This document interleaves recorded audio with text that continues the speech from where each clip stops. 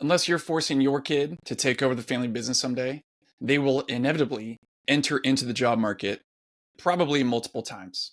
This weekend, there was an article in the Wall Street Journal, The Secret to a Successful Job Search. The secret is having a network. The question is, will your kid have one, the one that they need? Because right now, because of AI, because of automation, because of virtual working, they are not just competing with the people in the zip code, they're competing with the whole world. And the only candidates who make it to the top of the list, to the next round of interviews or the next round of scrutiny, are the ones that have a personal relationship with someone in the company.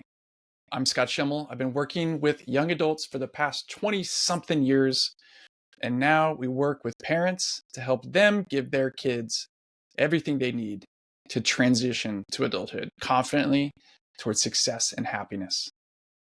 Now, your kids will have relationships, that's for sure, many of them online as they grow up. But one thing that you can teach them and give them is, I believe, one of the greatest assets for their future success. That is a professional network.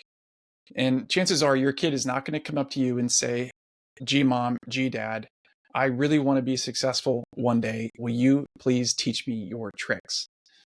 But you might have a case where your kid says, hey, what do I really need to do to get a job? I don't really know that yet. And that would be a wise thing for them to do.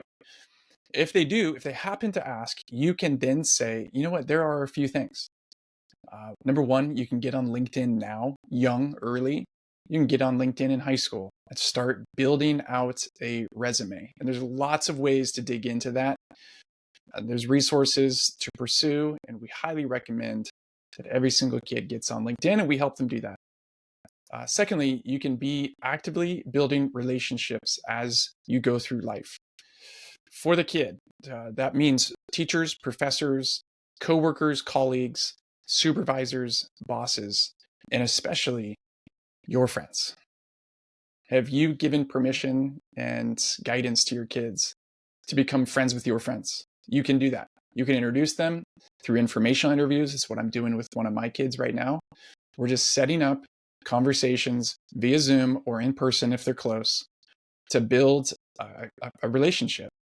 And what I'm teaching is the very simple strategies and tactics of networking, which really looks a lot like the tactics and strategies of being a friend. Remembering things about them, taking initiative to get in touch with them, and sending them things that you think would be interesting to them. That's what good friends do. LinkedIn and building relationships are critical. And so if you don't have a kid that is asking you for advice, don't lose heart. You can still teach them the simple power of a strong professional network. And that's by telling stories. When they're around, whether that's breakfast time, car time, dinner time, around bedtime, when there's downtime, you can share stories about specifically the ways in which relationships that you have contributed to things like people getting jobs, people getting clients, you getting someone in an interview.